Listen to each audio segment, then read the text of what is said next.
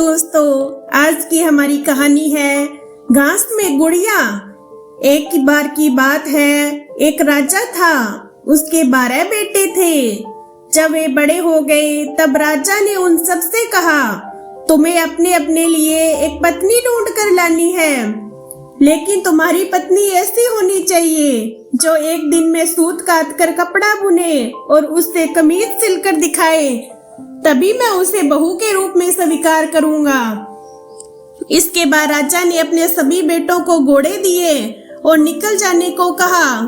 वे सभी अपनी अपनी पत्नी की तलाश में निकल पड़े। कुछ ही दूर गए तो सभी ने आपस में कहा, हम छोटे भाई को साथ नहीं ले जाएंगे, और वो छोटे भाई को अकेला छोड़कर सभी चले गए।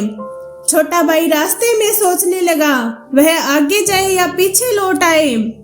उसका चेहरा उतर गया था। वह घोड़े से उतरकर घास पर बैठ गया और रोने लगा। रोते रोते अचानक चौंक गया। उसके सामने की घास हिली और कोई सफेद चीज उसकी ओर आने लगी। जब वह चीज राजकुमार के पास आई तो उसे एक नन्ही सी लड़की दिखाई दी।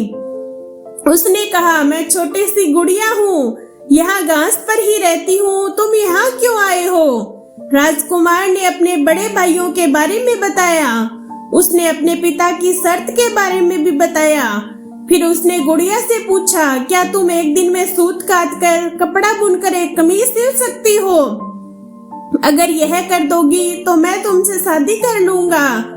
मैं अपने भाइयों के दुर्व्यवहारों के कारण आगे नहीं जाना चाहता। गुड़िया ने हाँ कर दी। तुरंत ही उसने सूत काटा, कपड़ा बुना और एक छोटी सी कमीज लेकर महल की ओर चल पड़ा। जब वह महल में पहुंचा तो उसे शर्म आ रही थी, क्योंकि कमीज बहुत छोटी थी। फिर भी राजा ने उसे विवाह करने की अनुमति दी। राजकुमार गुड़िया को लेने चल पड़ा। जब वह घास पर बैठी गुड़िया के पास पहुंचा तो उसने गुड़िया से घोड़े पर बैठने को कहा। गुड़िया ने कहा, मैं तो अपने 2 चूहों के पीछे चांदी की चम्मच बांधकर उसमें बैठकर जाऊंगी। राजकुमार ने उसका कहना मान लिया। राजकुमार घोड़े पर सवार हो गया। गुड़िया चूहों के पीछे बंधी चांदी की चम्मच पर सवार हो गई। राजकुमार सड़क के एक ओर चलने लगा, क्योंकि उसे डर था कहीं उसके घोड़े का पांव गुड़िया के ऊपर ना पड़ जाए। गुड़िया सड़क के जिस ओर चल रही थी उस ओर एक नदी बह रही थी। अचानक गुड़िया नदी में गिर गई, लेकिन जब वह नदी के अंदर ऊपर आई तो राजकुमार के समान बड़ी हो गई। राजकुमार बहुत प्रसन्न हुआ। राजकुमार महल में पहुंचा तो उसके सभी बड़े भाई अपनी अपनी पत्नियों के साथ वहां पहुंच चुके थे, लेकिन उसके भाइयों की पत्नी का न व्यवहार अच्छा था और न ही वह सुंदर थी। जब उन्होंने अपने भाई की सुंदर पत्नी को देखा तो वे सभी जल गए।